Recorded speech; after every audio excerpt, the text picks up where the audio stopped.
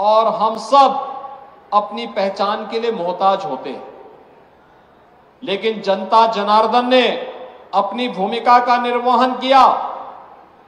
Double engine की सरकार प्रदेश में आई और आज परिणाम है कि सुरक्षा का एक बेहतर वातावरण भी मिला।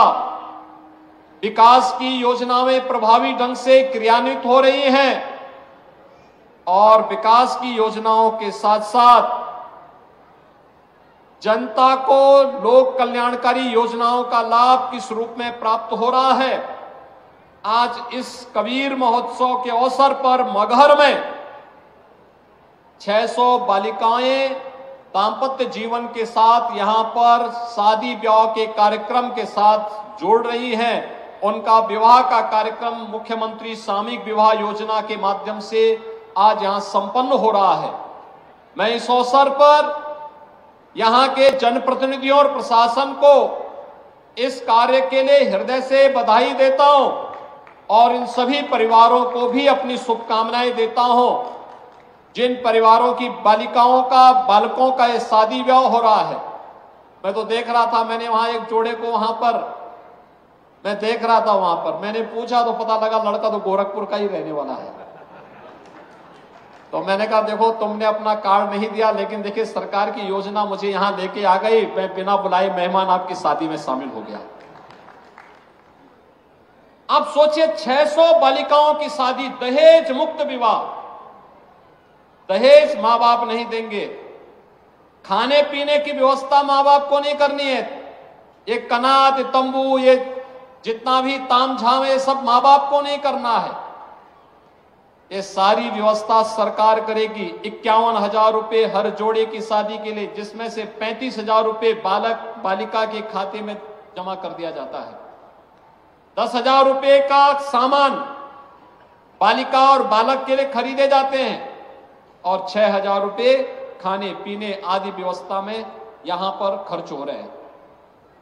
51,000 रुपए हर जोड़े को शादी ब्याह के लिए सरकार उपलब्ध करवा रही है।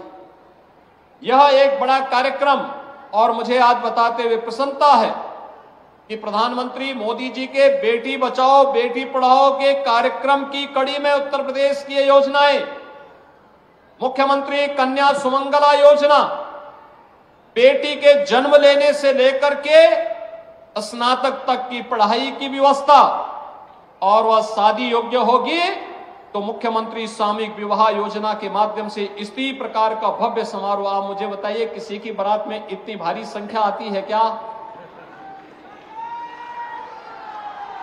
मुख्यमंत्री भी है, मंत्री भी हैं, सांसद भी हैं, विधायक भी हैं, अधिकारी गण भी हैं और समाज का हर तबका भी यहां पर उपस्थित एक साथ हो गया।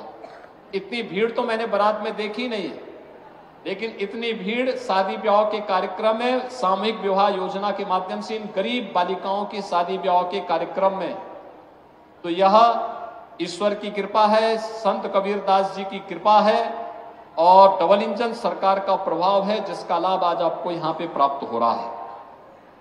इस अवसर पर मुझे प्रसन्नता है कि सामूहिक विवाह योजना के साथ साथ संत कबीर नगर जनपद एक नया जनपद है। एक लंबी यात्रा नहीं हुई और इस जनपद ने अपनी यात्रा को किस तरीके से तेजी के साथ आगे बढ़ा रहा है। पिछले 5 वर्ष के अंदर आपने देखा होगा प्रधानमंत्री मोदी जी का भी कार्यक्रम यहां लगा था, राष्ट्रपति जी का भी कार्यक्रम यहां लगा था, कबीर एकेडमी का भी निर्माण हम लोगों ने यहां पर किया है, पखरा ताल का पुनरुद्धार करके उसको इको टूरिज्म का एक नया केंद्र बनाने की तैयारी, पक्षी विहार के साथ साथ वहां पर्यटक आ सके, यहां के लोगों में आजीविका के साधन उसके माध्यम से सृजन हो सके, लोगों को मनोरंजन का एक केंद्र बन सके, प्रवासी पक्षियों का एक केंद्र ये बखरा झील बन सके और मछुआरों के लिए भी मछली पालन का एक प्रमुख केंद्र के रूप में उसको विकसित किया जा सके। इस दृष्टि से बखरा झील के पुनरुद्धार की एक बड़ी कार्य योजना हम लोग तैयार कर रहे हैं। लेकिन साथ साथ यहां पे तामेश्वर धाम मंदिर के लिए भी पुनरुद्धार और पर्यटन विकास के कार्यक्रम को हम आगे बढ़ाने जा रहे हैं।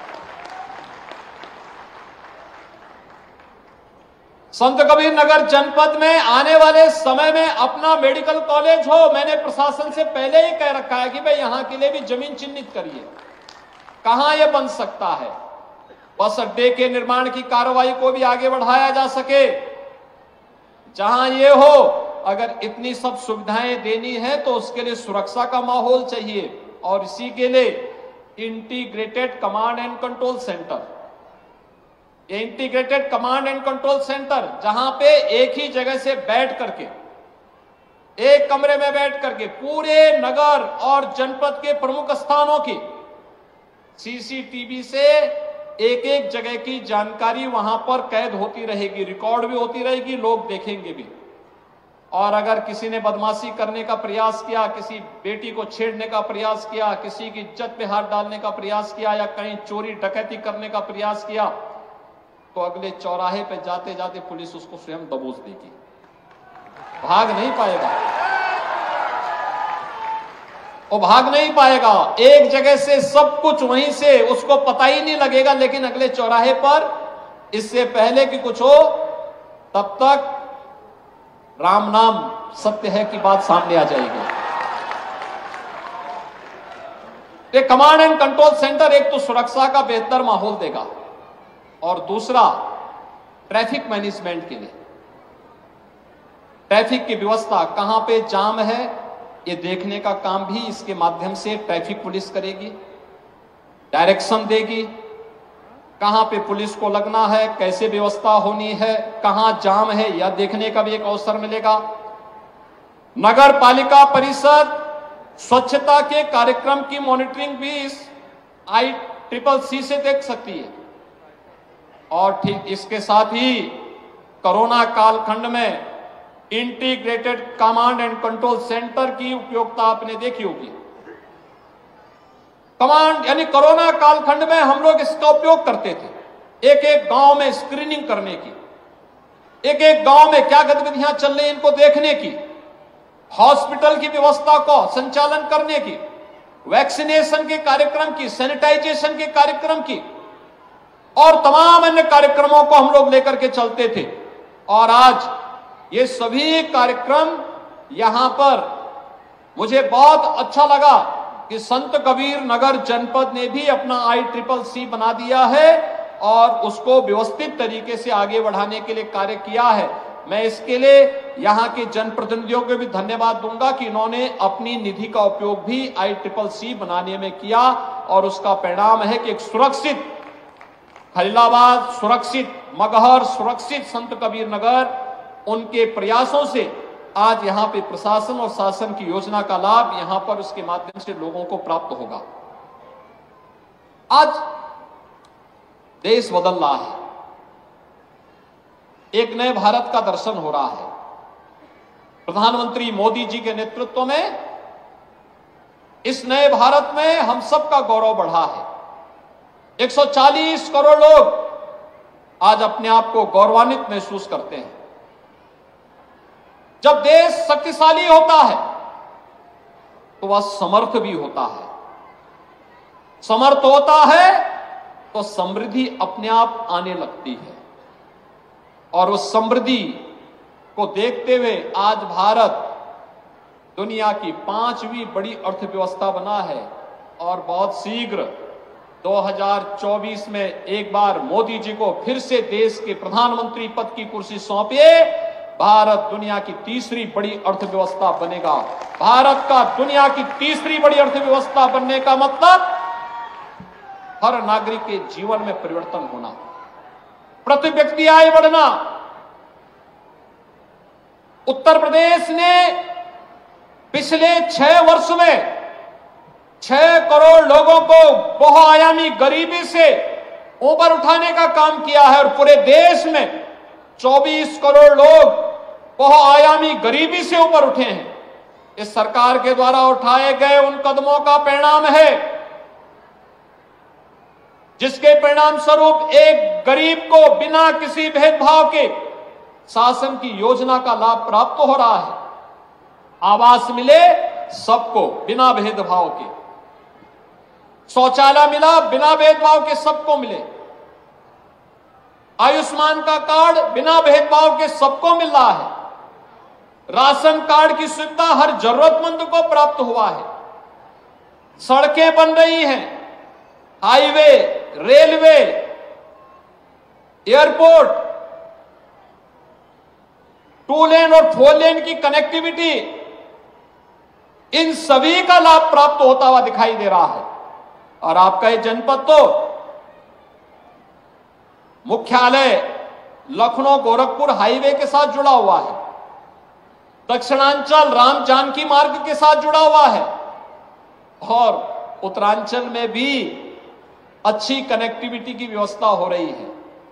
यानी जनपद हर ओर से एक अच्छी व्यवस्था के साथ जुड़ रहा है और विकास की इन्हीं संभावनाओं को आगे बढ़ाने के लिए हम सबको मिलकर के काम करना है। मैं आज के इस अवसर पर यहां के प्रशासन से ये कहूंगा कि जिस तेजी के साथ उन्होंने विकास के इन कार्यक्रमों को आगे बढ़ाया है, पिछले दिनों Uttar Pradesh global investor summit के अवसर पर जनपद संत कबीर नगर में भी निवेश के प्रस्ताव प्राप्त हुए थे। बहुत शीघ्र उत्तर प्रदेश में हम लोग उत्तर प्रदेश का ग्राउंड ब्रेकिंग के कार्यक्रम को, यानी जितने भी प्रोजेक्ट प्राप्त हुए हैं उनके शिलान्यास के कार्यक्रम को हम प्रारंभ करने जा रहे हैं।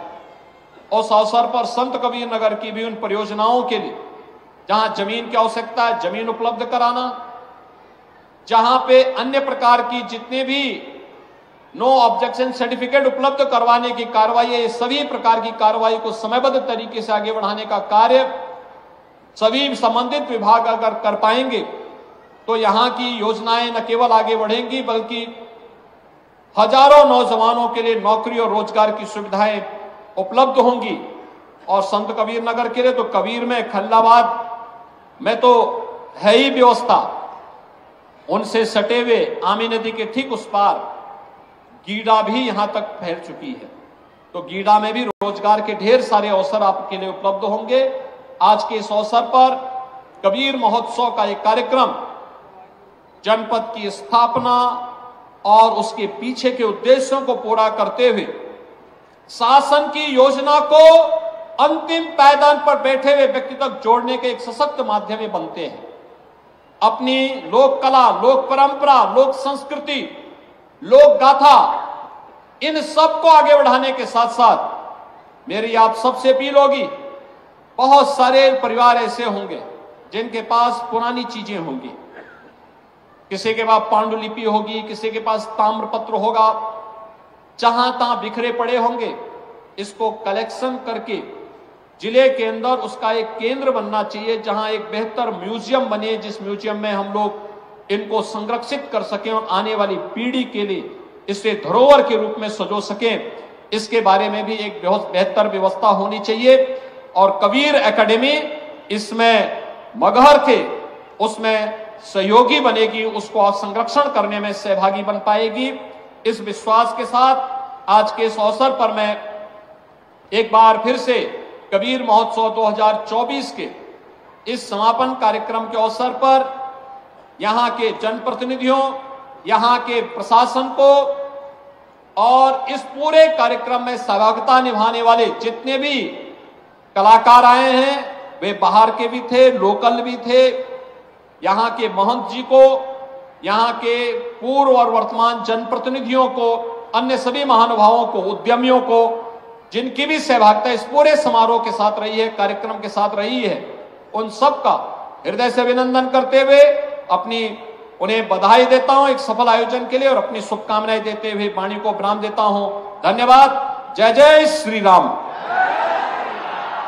बहुत बहुत धन्यवाद, आभार माननीय, आपके आशीर्वचन। मुख्यमंत्री योगी आदित्यनाथ को आप सुन रहे थे, जो कि जनता को संबोधित कर रहे थे और कई बड़ी बातें उन्होंने अपने संबोधन के दौरान कही।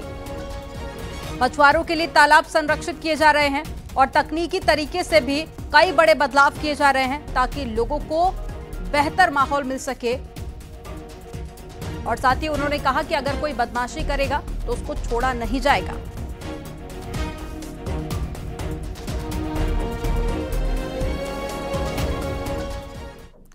चलिए खबरों में आगे बढ़ेंगे। बीजेपी के संस्थापक शहरों में से एक लाल कृष्ण आडवाणी को भारत रत्न देने का ऐलान किया गया है। खुद प्रधानमंत्री मोदी ने एक्स पर पोस्ट करके इसकी घोषणा की है। प्रधानमंत्री ने पोस्ट में कहा है कि भारत के विकास में उनका योगदान स्मरणीय है और उनका जीवन जमीनी स्तर पर काम करने से शुरू होकर देश के उप प्रधानमंत्री के तौर पर काम करते हुए चला है। मैं ये साझा कर के काफी ज्यादा खुश हूं कि श्री लाल कृष्ण आडवाणी जी को भारत रत्न से सम्मानित किया जाएगा। मैंने उनसे बात की और उन्हें इस सम्मान को दिए जाने पर बधाई दी। वह हमारे समय के सबसे बड़े और सम्मानित जन नेता रहे हैं। वहीं भारत रत्न सम्मान मिलने पर उनकी बेटी प्रतिभा आडवाणी ने पिता लाल कृष्ण आडवाणी को मिठाई खिलाकर मुंह मीठा किया।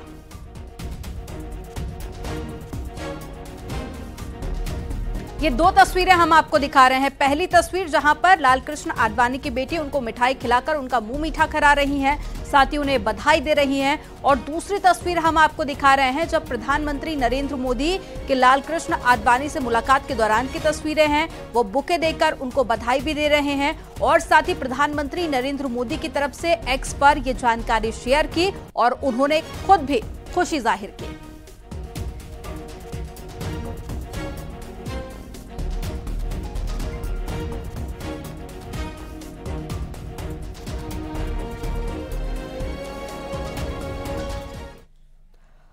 वहीं प्रधानमंत्री नरेंद्र मोदी ने ओडिशा दौरे के दौरान में लाल कृष्ण आडवाणी को भारत रत्न सम्मानित करने पर उनकी और उनके देश और राजनीति में भी की गई तपस्या का फल बताया और साथ ही प्रधानमंत्री नरेंद्र मोदी ने खुशी भी जाहिर की।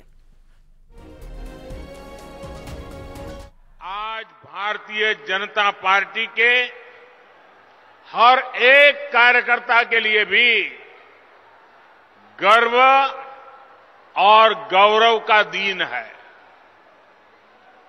आप सबको ये खुशखबरी मिल चुकी है कि आज देश ने हम सबके आदरणीय नेता लाल कृष्ण आडवाणी जी को भारत रत्न देने की घोषणा की है।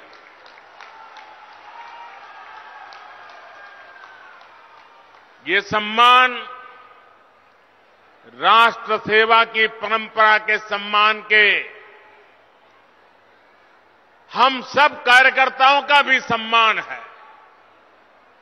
ये सम्मान उस विचारधारा का सम्मान भी है जो सिर्फ और सिर्फ राष्ट्र प्रथम को लेकर के ही चलती है।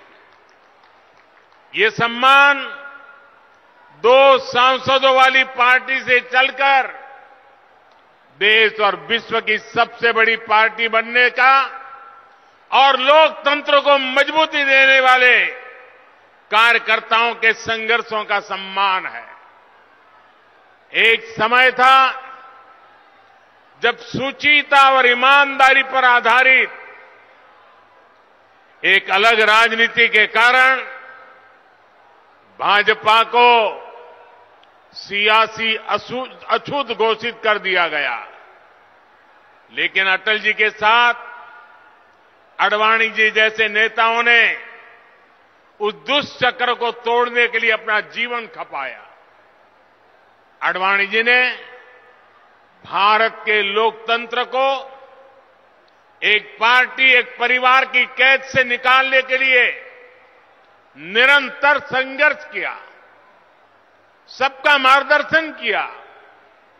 उन्होंने परिवारवादी विचारधारा को चुनौती देकर भारत के लोकतंत्र को सर्वसमावेशी और राष्ट्रवादी विचारधारा से जोड़ा। आज उस तपस्या का परिणाम हम सब देख रहे हैं।